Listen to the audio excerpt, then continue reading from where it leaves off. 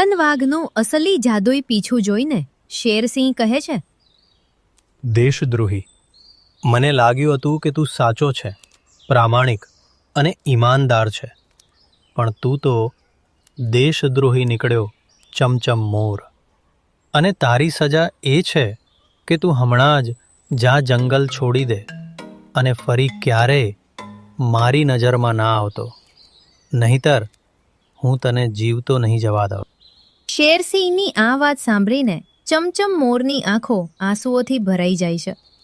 પછી તે જંગલ છોડીને બહાર એક ઝાડ પર આશરો લે છે.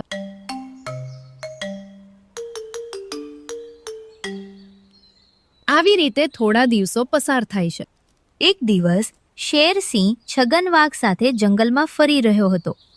ત્યારે અચાનક તેમનો સામનો પાડોશી જંગલના રાજા ચંપકસિંહ સાથે થાય છે.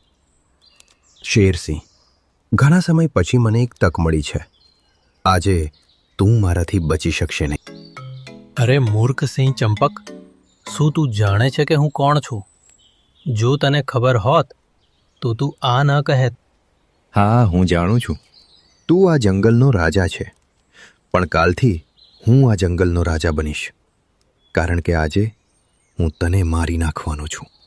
તું જે કહે છે તેના પર મને હસવું આવે છે. શું તું જાણે છે કે મારી પાસે જાદુઈ પીછું છે? જ્યાં સુધી મારી પાસે આ જાદુઈ પીછું છે ત્યાં સુધી કોઈ મને મારી શકશે નહીં. તું મૂર્ખ છે શેરસિંહ. મારી પાસે તારું સાચું જાદુઈ પીછું છે. આ જો. ચંપકસિંહના હાથમાં વાસ્તવિક જાદુઈ પીછું જોઈને શેરસિંહ આશ્ચર્યચકિત થઈ જાય છે. આ કેવી રીતે શક્ય છે?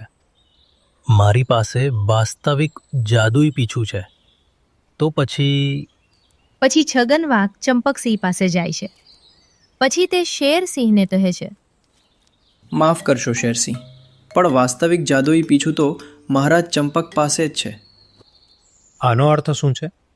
તેની પાસે વાસ્તવિક જાદુઈ પીછું કેવી રીતે હોઈ શકે? એનો અર્થ એ છે કે હું વાસ્તવિક દેશદ્રોહી છું શેરસિંહ.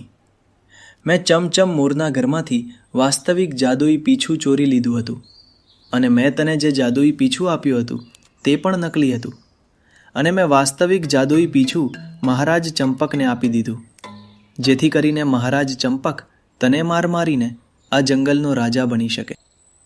હા શેરસિંહ, છગન વાઘે જ મને વાસ્તવિક જાદુઈ પીછું લાવી આપ્યું છે.